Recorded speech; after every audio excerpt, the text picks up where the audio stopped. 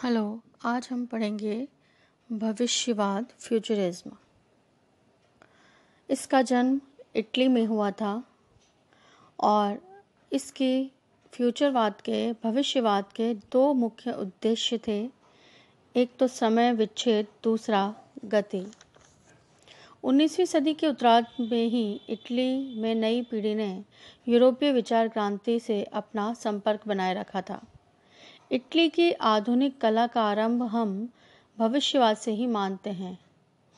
इसके भविष्यवाद के जो प्रणेता थे वो थे फिलिप्पो टोमासो मारिनेती। ये बेसिकली इजिप्ट में इनका जन्म हुआ था और वे काफ़ी समय से पेरिस में रह रहे थे, जहाँ प्रतीकवाद, साहित्य और नाभी कलाकारों का प्रभाव पड़ा था। 1909 में मारिनेती ने एक घोषणा पत्र तैयार किया, साहित्यिक भविष्यवाद का प्रथम घोषणा पत्र, जिसमें उन्होंने प्रगतिहीन परंपरागत विचारों से मुक्त होकर भविष्य में विचारशील होने की आवश्यकता पर बल दिया। और यह घोषणा पत्र पेरिस की ल फिगारो पत्रिका ने प्रकाशित किया। उनके घोषणा पत्र से प्रेरित होकर इटली के चित्रकार मुख्यतः कारा, बोच्चियोनी व रूसलो ने भविष्यवादी चित्रकला का प्रथम घोषणा पत्र मैनिफेस्टो ऑफ फ्यूचर पेंटिंग 1910 में ट्यूरिन में प्रकाशित किया। ये कलाकार आधुनिक यंत्र युगी जीवन के असीम गतित्व को पसंद करते थे और उसे ही प्रमुख स्थान देकर चित्रित करते थे। वे कहते थे कि हमारा निश्चित मत है कि एक नए सौंदर्य ने दुनिया की शोभा बढ़ाई है और वह है गति का सौंदर्य। देखिए, ये जो चित्रकार थे, ये जो वाद था भविष्यवाद, वो प्रथम विश्व युद्ध के पहले का वाद था। कई वैज्ञानिक खोजें हो चुकी थी। मानव जो है यंत्रयुगीन जीवन व्यतीत करने लगा था। लोगों में नई नई आशाएं थी, उनके अंदर भविष्य के प्रति नए विचार थे कि अगर युद्ध भी हुआ तो भी हमारा कुछ नहीं बिगड़ेगा, हम लोग इसी तरह से और तरक्की भी करेंगे। मतलब उनके ऊपर कोई विशेष किसी चीज़ का प्रभाव नहीं था, सिर्फ वे गति को और आधुनिक मानव जीवन की शैली को पसंद करते थे। उनमें एक उत्साह था कि प्रथम विश्व युद्ध हो भी जाए कोई फर्क नहीं पड़ता, लेकिन हमारे पास इतनी पावर या गति की इतनी शक्ति है कि हम कुछ भी कर सकते हैं। तो ये उनके पीछे एक थोड़ा सा थॉट्स थे। उन्हें सामुथ्रेस की विजय शिल्पाकृति से तेज चलती हुई मोटर गाड़ियां अधिक सुंदर लगती थी। यानी उन्हें कोई कलाकृति से ज़्यादा जिस चीज़ में मूवमेंट होता था वो उन्हें बहुत प्रिय था। समय व अवकाश का कल ही अंत हुआ है और हमने शाश्वत गति का आविष्कार किया है, ये लोग सोचते थे। इन्होंने भविष्यवादियों ने 1912 में यूरोप की सभी प्रमुख जगहों पर गति की प्रदर्शनी लगाई। इन्होंने सौंदर्य का निवास स्थान बोला संघर्ष है, जिसमें आक्रामक शक्ति नहीं है वह श्रेष्ठ कलाकृति नहीं हो सकती। भविष्यवाद के वैज्ञानिक आदर्श थे संकट से प्यार, आक्रामकता, युद्ध की प्रशंसा, देशभक्ति, जीवन के अन्यायों का औचित्य व गौरवपूर्ण। और ये विचार विश्व युद्ध के पूर्व तक ही प्रचलित रहे, क्योंकि जब तक युद्ध होता नहीं है हम लोग अपने आप में कहते हैं कि भाई युद्ध होगा तो उसके बाद की स्थितियां सुधर जाएंगी, बहुत सारी चीज़ें, लेकिन यही भविष्य की कल्पना है और ये उसमें जी रहे थे कल्पनाओं में।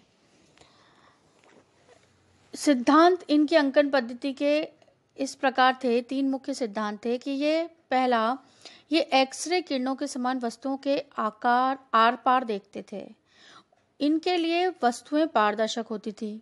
दूसरा, गति की वजह से वस्तुएं हिलती हैं, आगे पीछे होती हैं और एक दूसरे पर आ जाती हैं, यानी ब्लर होती हैं। तीसरा, इनका उद्देश्य था कि इनको निश्चित्रित करने के लिए विभाजनवाद व पूर्ववत सिद्धांतों का इन्होंने सहारा लिया। ये इनकी अंकन पद्धति की विशेषता थी। पूर्ण गतिमान वस्तुएं एक दूसरे में गुथी होने से वह अवकाश को काटती हुई प्रतीत होती हैं। यानी इन्होंने कहा कि जो गति हम किसी वस्तु में दिखाएंगे तो वो इस तरह होनी चाहिए कि उसमें स्पेस नहीं होनी चाहिए, क्योंकि जब व्यक्ति दौड़ता है, भागता है या चलता है तो गति कंटिन्यूशन में होती है, वह रुकती नहीं है। इसलिए इनकी जो आकृतियां वे एक दूसरे में गुथी होना ये आवश्यक मानते थे।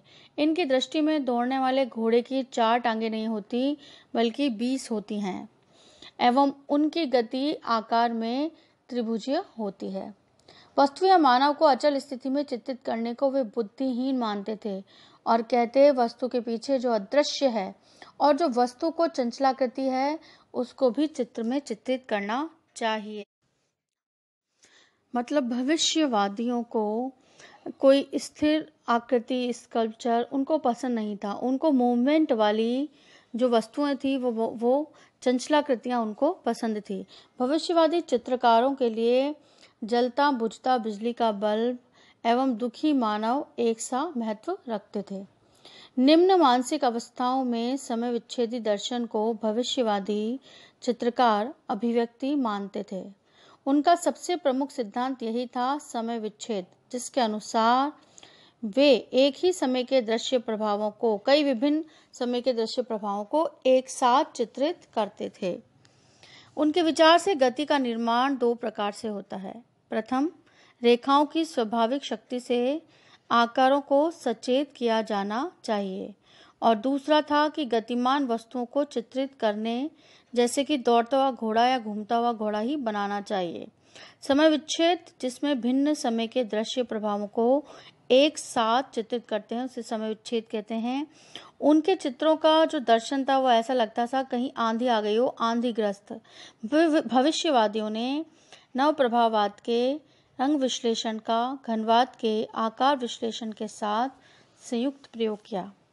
हालांकि इन चित्रों की कुछ व्यक्तिगत भिन्नताएं थी, जैसे कि चित्रकारों की भी, जैसे कि कारा के आकारों में ठोसपन था, बोचियोनी की कला में बौद्धिक प्रदर्शन था तो मानवतावादी थे, सेवरिन की कला में अलंकारिकता थी, साध्य शास्त्र शुद्ध शैली व आकारों पर ध्यान था। प्रथम विश्व युद्ध जब हुआ तो बोचियोनी के युद्ध में मृत्यु हो गई और इसके साथ ही भविष्यवाद का भी लगभग अंत हो गया। मारिनेती ने इसमें चेतना डालने की कोशिश की किंतु वह सफल नहीं हो सके। गति के प्रभाव को अंकित करने के लिए जिन नए तरीकों का भविष्यवाद ने अंत किया था वे आधुनिक यंत्र युगीन जीवन की गति का प्रभावी चित्रण करने में काफी प्रभाव सिद्ध हुए। अन्य देशों के चित्रकारों ने भी भविष्यवादी चित्र बनाए।